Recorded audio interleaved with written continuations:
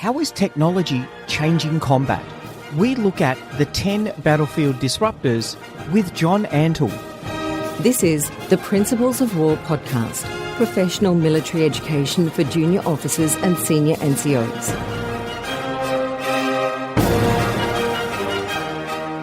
Ladies and gentlemen, welcome to episode 133 of the Principles of War podcast. Kill webs, super swarms, decision dominance, and AI. We look at military innovation and how technology is evolving the modern battlefield. This is the second episode of our interview with Retired Colonel John Antal. He has been researching recent and current conflicts to see how technology is evolving combat. What we are seeing on some of the battlefields has really important lessons for what large-scale combat operations could look like in the future. Just a quick public service announcement. If you haven't seen the Principles of War YouTube channel yet, definitely go over and have a look at that. We're putting the podcasts up, obviously in a visual medium. We can put maps, photos, which I think add a fair amount of value to each of the episodes. So if you haven't checked it out, please like and subscribe to that. It's going really well. But let's get back to our interview with Retired Colonel John Antal. The first episode started to look at the battlefield disruptors. This episode will continue going through each of the disruptors. Now, the next is the kill web. Now, you understand a kill chain. Can you kind of describe a kill chain to me, the definition? So it's where you've got the ability to go out, find the target, then work out what you want to do to that target, then put effects onto the target, and then assess the effectiveness of that. Yeah, excellent. Very good. And of course, as young officers in the Army or whatever, we always learned how to call for fire and how to put, effects on target. First you learn how to do direct fire, which is also putting effects on target. And you have a system for that. You have indirect fire, and any officer that couldn't call for mortar support or artillery support didn't last very long. You had to know how to do that. And NCOs the same way. Well, a kill chain is what we're used to. And a kill chain is what we have now. It is still very human-centric. A kill web is different. Definitions matter. And I like to quote Socrates. He said that all understanding starts with definition. So all understanding starts with definition. So if your definitions are wrong, nobody understands what you're talking about. So define first. Well, a kill web is an AI-enabled kill chain. So just like cognitive electronic warfare is AI-enabled EW, the kill web is artificial intelligence enabling all the sensors and shooters. So in an ideal system, imagine a simple metaphor here, an Excel spreadsheet. Okay. Column 1, column A goes all the way down, lists every single target that is seen in the transparent battle space. That doesn't mean that you see everything. It just means whatever you see, you list in column A. In column B, you list all the shooters that have systems that can kill those systems and are in range. And then the third column is how do you want to execute? And the artificial intelligence puts that together instantly, in seconds. How long would it take for us to figure out the shooter to the target and get everything worked out and double check to make sure that there's not a overlap or that somebody else could have hit it? So just imagine, you've got a mortar that could take out an enemy target that's in range. You never would have thought of that mortar if you didn't have this system. You have a rocket that is sitting way away somewhere over here, a ballistic missile. It's waiting for orders, but no one knows what it could do. But the AI will say it can range this vital target and it can kill it. So that kill web, think of the power of that. The ability to create a kill web. Now, we're working on it. The Chinese are working on it. The Israelis are the closest on earth to having one. And their situation is a bit special because they didn't use a kill web necessarily. Well, we don't know for sure in the attack on Iran. My guess is that they did, because when you think about how they took out the leadership of the Iranian Revolutionary Guard Corps in the first seconds of the attack simultaneously, they killed a whole bunch of those guys and those weapons engineers. They're hardly scientists. The weapons engineers. They killed all of them simultaneously. That's amazing. But the Israelis demonstrated a kill web in 2021 when they were tracking Hamas. They tracked Hamas by tracking their cell phones. And they were able to link all of those locations, even though they were deep underground in some cases, with weapon systems that would immediately kill them. And then they executed simultaneously. And it was such a tremendous attack on Hamas that Hamas wanted a ceasefire. And since Israel hadn't been attacked yet, the October 7th, 2023 attack had not yet happened. And the Israelis were used to what they called mowing the grass. They thought they just told Hamas, hey, don't do this again. Well, they were wrong there. But the second and third order effects from that are tremendous because Hamas was tracked by their cell phones and Hezbollah saw that. Hezbollah and Hamas both said, no more cell phones. And Hamas said, let's go to pagers. And the Israelis set it up in such a way that Hezbollah bought their pagers from Israel. And Israel, of course, set up the pagers to explode. This is tremendous foresight. We talked earlier about foresight. What a great example of how foresight makes a difference in the battle space. So the kill web is something that we're going to see, and the first nation that can actually apply it will be at a great advantage. And the kill web, in my mind, will work better in a first strike than as things begin to break down later on, because over time, everything degrades. So it's possible to have a first strike using a kill web that could be, well, as close to perfect as anything could ever be. The next is the super swarm. Again, definitions matter. A swarm is a group of things. Swarming is a tactic. For those of you that know the story of General Armstrong Custer at the Little Bighorn, in a place called that we know as Custer's Last Stand, he got swarmed by the Indians. They attacked him from all sides. Overwhelming attack. Couldn't do much at that point. You don't want to be Custer. So swarming is a tactic. A swarm is a group of something. But a super swarm is a precise definition. A super swarm is an AI-enabled swarm of robotic systems. And those robotic systems can fly, swim, be under the water, on top of the water, in the air, or on the ground. And a combination of all those in certain circumstances. And they can also include anything else that can be networked. So any missile system that can be networked. For instance, you have weapon systems that have cameras in them that can be part of a system that can join the network and all work to hit targets according to their targeting parameters. So imagine a super swarm. First, a simple one would be a cloud of unmanned aerial systems. Those could be 100. Those could be 7,500. The latest in China was 10,000 some systems operated by one computer. That cloud goes from point A to point B to point C to point D. And those systems inside there kill according to their targeting parameters. So the super swarm goes to point A, and every system that has destroyed tanks destroys tanks until there are no more tanks. And every system that's supposed to destroy artillery destroys artillery until there's no more artillery, and air defense and command and control and the whole thing. And then they move to point B. And as the cloud gets smaller and smaller because it diminishes itself, the ground beneath it, all those systems that it's attacked have been destroyed or disrupted. That's a super swarm. This is going to be as dramatic a introduction to warfare as gas and tanks in World War I when the super swarm's used. Whether or not the other side will be able to exploit it is an interesting situation, just like gas and tanks. But that is what the super swarm offers as a possibility. The next is visualize the battle space. So how do we see the battle space today? How do commanders talk to each other about the battle space? Well, often with great difficulty, depending if they can get comms. And often on an exercise, it's not even in a comms-contested environment. So this is the challenge because with many of the ISR platforms, we're seeing an increasing ability to generate huge amounts of bandwidth. So we've got a increasing ability to generate imagery, which needs to be transmitted.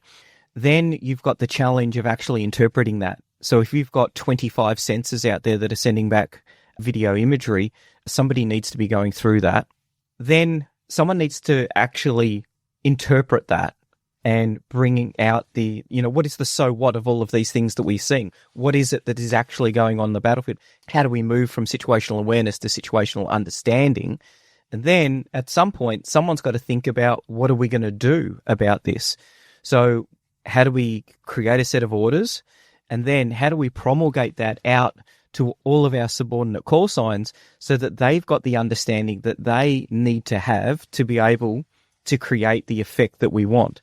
So today it's, I would argue, probably a lot more difficult because of the fact that sometimes we're a little bit challenged with the use of mission command because the technology works against mission command because it means that the divisional commander can now look down at what a section is doing and say, well, I want them to do that. I want them to do this.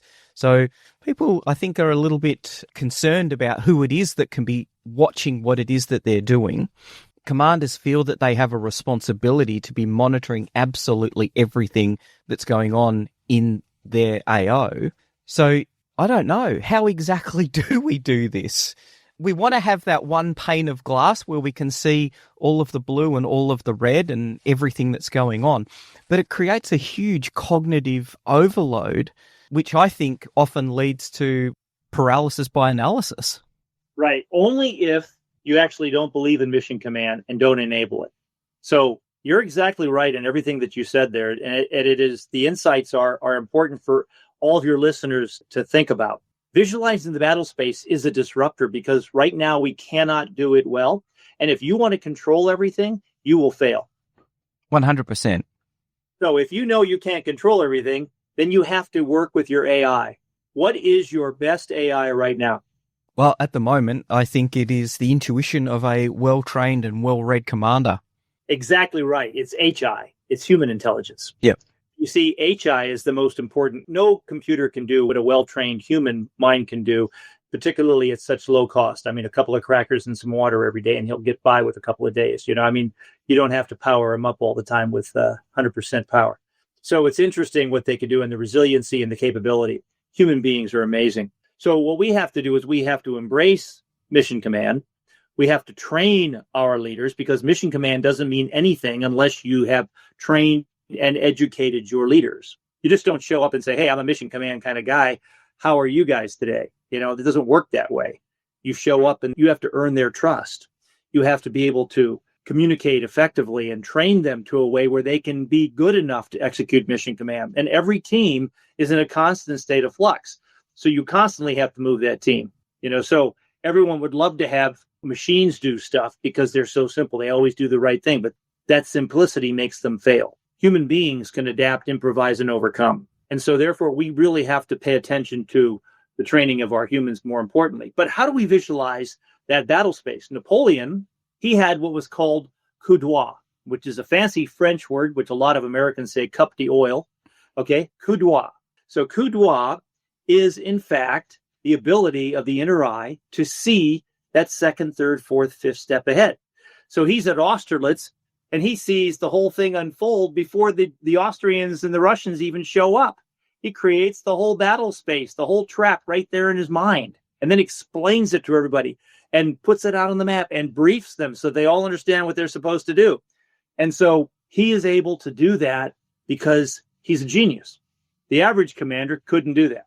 The average commander would show up and go, where's the enemy? I don't know what to do. God, they could come from anywhere.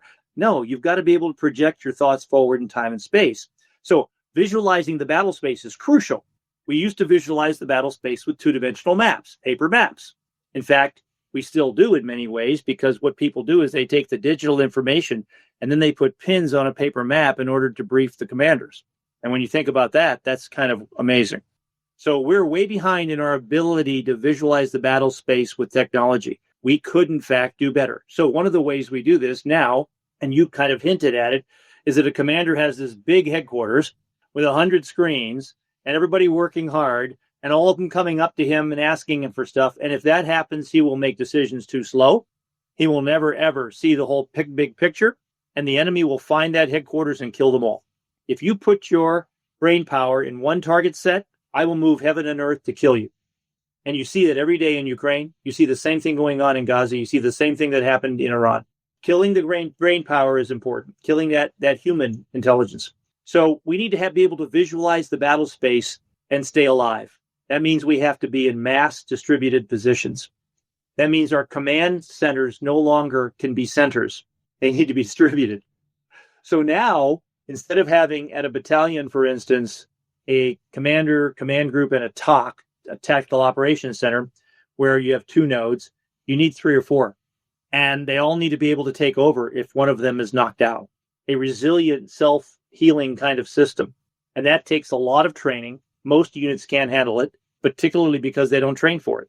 So we really need to start training for it, and we need to figure out a better way to visualize the battle space. So technology-wise, we should look at things like the Apple Vision Pro. We should look at things like the HoloLens. We should look at the things like the American Army program IVIS, which we're trying to make Iron Man out of infantrymen. Instead, we should probably maximize that for command and control. Imagine a commander's helmet with the communications coming into his or her helmet and the visualization on a screen in front of anything that they needed to see.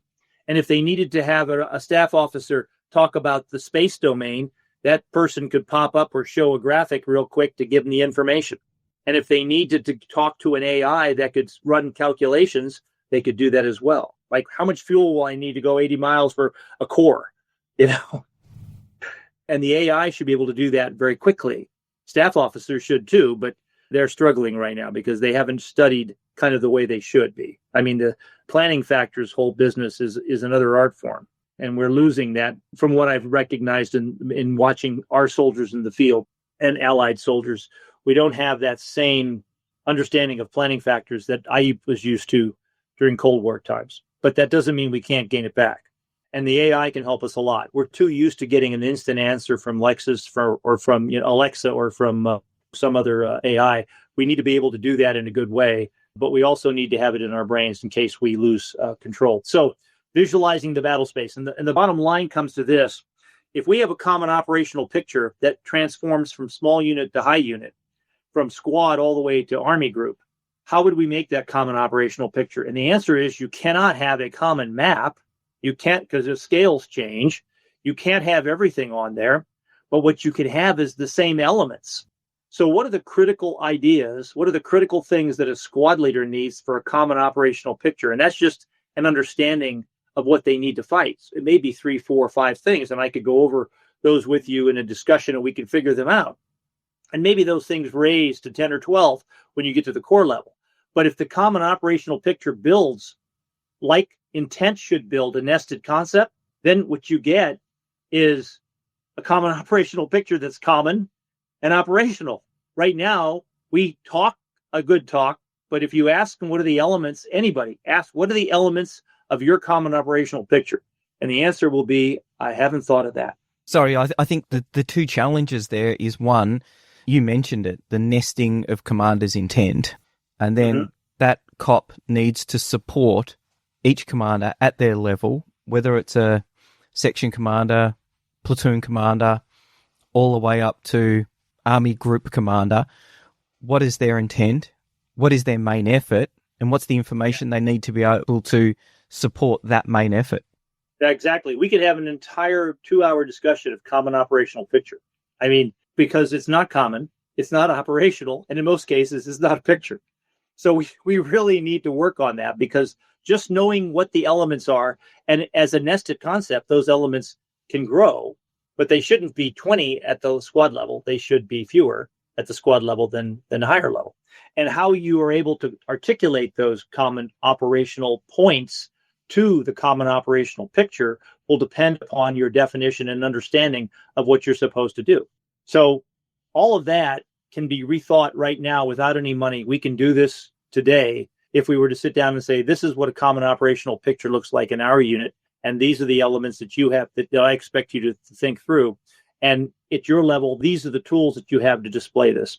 Now, eventually we can get into high-tech tools that will help us, but we need to make sure that we use what I call distributed mission command. Now, distributed mission command is not a disruptor. It's an enabler to defeat some of these disruptors. It is the ability to do mission command, yet in a very dispersed and distributed manner. And the ability to have resiliency that when one element of the command and control node goes down, another element very quickly responds and takes over. That means you have to have the training, you have to have the communications capability, and many of these things we can do now. We shouldn't wait for special systems. In fact, I consistently tell leaders across the Army and our allies, don't tell me what you can't do. Tell me what you can do. Tell me what you can do with what you got. And then we'll work out getting you better. And you should be demanding better. So visualizing the battle space is number 9. And then 10 is decision dominance. And that is basically the OODA loop squared, or the OODA loop exponential. So imagine being able to strike the enemy 10, 20, 30, 40 times before they can even strike back. You just saw that demonstrated. The United States was able to strike Iran, and Iran didn't even know we struck them. We had decision dominance over them. We knew exactly what we wanted to do, even though they knew we were coming after their nuclear reactors. We knew exactly what we wanted to do. We were able to deceive them. We were able to mask our forces in such a way to gain surprise. It's a great example of how that works, but that's a raid. It did end the war, so it was a very significant event. But what we need to be able to do is put all of these disruptors together to our advantage to win campaigns and wars. And sometimes that can be done with Tomahawk missiles and a B-2, against an enemy like Iran that's already been softened up by the Israelis. But other times against an enemy like China or North Korea or Russia, it's going to take a much more in-depth capability and a much more better understanding of all of these different disruptors. So those are the 10 disruptors. And I believe if you go through those disruptors, every time you're creating a course of action, writing a plan, or considering how to develop forces, you're better off. It gets you thinking, and each one of these is a leadership professional development class for any unit at any level that all of them should talk about. And you can go through each one and just think of how that applies to my unit in modern war, because everything has changed. And the most important thing of all of these things is that we have to get away from being 20th century warfighters and become 21st century warfighters. And the difference between the 20th century thinking and the 21st century thinking is this. 20th century, we fought by minutes. 21st century, we fight in real time. Now you say, we always fight in real time. When I'm punching someone as a boxer, I'm fighting in real time. Okay. But what we have as units and configurations, we have to be able to get real-time feed from all the ISR, from all the transparent battle space elements to the decision maker in the right way that they can get the foresight to be able to act faster than the enemy. So, for instance, a tank qualification range. The tank training we get right now hasn't changed from the time when I was a second lieutenant back in the land before time, when I was facing the 8th Guards Tank Army in Germany, okay, during the Cold War. It's the same, only different equipment with a little bit longer ranges. I see the target through either sights or eyeballs. All the things I've got, and I apply direct fire to that target. 21st century warfare is different. In 21st century warfare, the target is always triggered to me by some ISR source outside of my sight. I'm seeing the enemy farther away. I'm getting an idea of their disposition, of how they're acting. Are they moving away from me? Are they moving toward me? And I'm getting that relevant feed at the squad level, at the tank level. So when we go through a tank qualification course today, we should be seeing in the tank commander's vision somehow with an ATAC or some other system, the video feed that is relevant to that tank commander. So there's several questions there. One, how do you get that feed in? Technical problem. We can get that solved, I think. And the next thing is how do we make it relevant? Well, that's a little bit more difficult. But one of the ways you start off with it is you dedicate assets to the unit. So if I have drones assigned to my unit, and I have a drone team that does this, that is outside extra to my organization right now, but part of my organization, they're dedicated to get me information. So they can use humans right now in this interim period to get me the right stuff, to get me the right feeds. In the future, though, we should have artificial intelligence do this. And we'll have an AI battle buddy on our shoulder that will look through all this and give us that information so we can apply the foresight. So those are the 10 disruptors that I think make a huge difference. And again, the difference between 20th century warfare and 21st century warfare is fighting by seconds, fighting in real time. And it's the ability to apply all these things, but particularly the information to warfare in such a way that we can act and see things faster and farther out and more capably than we've ever done before. It's interesting because you've mentioned John Boyd's OODA loop, observe, orientate, decide and act. How do you think it impacts on does it change the way that the OODA loop's used or conceptualized? Or is the game the same? It's just gotten fiercer?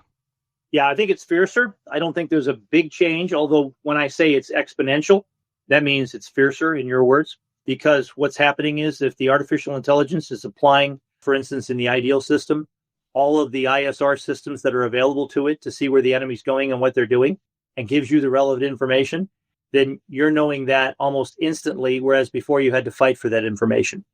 And you might very simply run into an ambush and, have to fight your way out. Now, you'll always be surprised in war.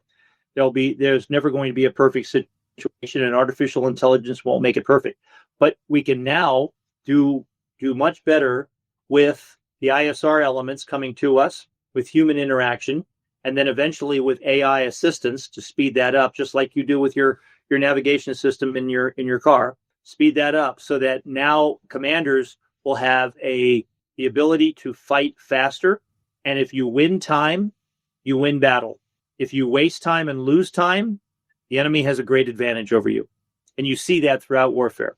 I mean, there was a point at the heights of Pratzen where the Russians are looking down and they go, crap, we made the wrong move, because the Davout's Corps is coming up, and I mean, not Davout's Corps, but Soult's Corps is coming up, and Napoleon is watching, and they're right there, and Napoleon has beaten them by minutes, and that won the battle, and it was a tremendous fight. So minutes have always mattered, hours have always mattered. I mean, ancient Romans used to be able to defeat nations because they could operate campaigns. Other nations fought battles. The Romans fought campaigns. And they fought those campaigns by weeks and days. And they were able to put months, weeks, and days of preparation into being able to fight campaigns. And they could arrive at the same place. They could arrive at the battlefield from different locations with different armies almost at the same time. And you see that, for instance, where Crassus and Pompey were coming in on Spartacus during the Servile War. And they're coming in from totally different directions. But the Romans were able to do this because they had a thing that was really amazing. They had a calendar and a way to tell time that gave them synchronicity. And they used this in order to speed up military operations in a dramatic way, whereas most countries couldn't do this. They would just bring their masses out and fight a battle. And that's one of the reasons the Romans won so well. So fighting by minutes, fighting by weeks, months, weeks, you see how warfare is evolving. So we were fighting by minutes and are still fighting by minutes right now. We need to fight by seconds and nanoseconds, and that's fighting in real time. And that means we need to put all of these disruptors together, but particularly the transparent battle space concept, directly to our decision makers so they can visualize the battle space and make that decision to create decision dominance. I think it's been really interesting going through the 10 disruptors, because they are one big mesh of technological advancement that's changing the way that combat is conducted. And because underpinned, I think, by the transparent battle space, because yes, having that better ability to see, that feeds into all of the other disruptors. We'll come back next week and look at some of the battles where these technologies have actually been used. And I think that this is a really important point. Some of the concepts that have been discussed, there are small technological gaps, but most of the technology that's been discussed has already been employed on the battlefield. In 1904, the Russo-Japanese War would commence. That conflict would last for 18 months. 10 years later, in 1914, the First World War started. As we all know, 10 years later, the First World War commenced. The great powers fielded armies that had technologies that they didn't really understand. Machine guns, artillery, field telephones, barbed wire, these all changed the way that combat would be conducted. And yet, doctrinally, all of the armies struggled to understand what changes they brought to the battlefield. This is despite the fact that all of the large armies had observers at the Russo-Japanese War. They could see the changes that technology was bringing to combat, and yet there was a lethargy that impeded doctrinal development. And this is the challenge for nations that aren't involved in combat now as we prepare for the potential of large-scale combat operations. We've discussed previously how militaries involved in large-scale combat operations often innovate much faster than peacetime militaries because of the requirements to innovate, to bring technology to the battlefield, and the risk associated with not being able to develop that capability. This is why the next episode is so interesting. How are these technologies being used on contemporary battlefields, and what is the doctrinal, equipment, and training gap that needs to be closed. So tune in next week for the third part of our interview with John Antal. The Principles of War podcast is brought to you by James Ealing. The show notes for the Principles of War podcast are available at www.theprinciplesofwar.com for maps, photos, and other information that didn't make it into the podcast. Follow us on Facebook or tweet us at Surprise Podcast. If you've enjoyed this podcast, please leave a review on iTunes and tag a mate in on one of our episodes. All opinions expressed by individuals are those of those individuals and not of any organisation.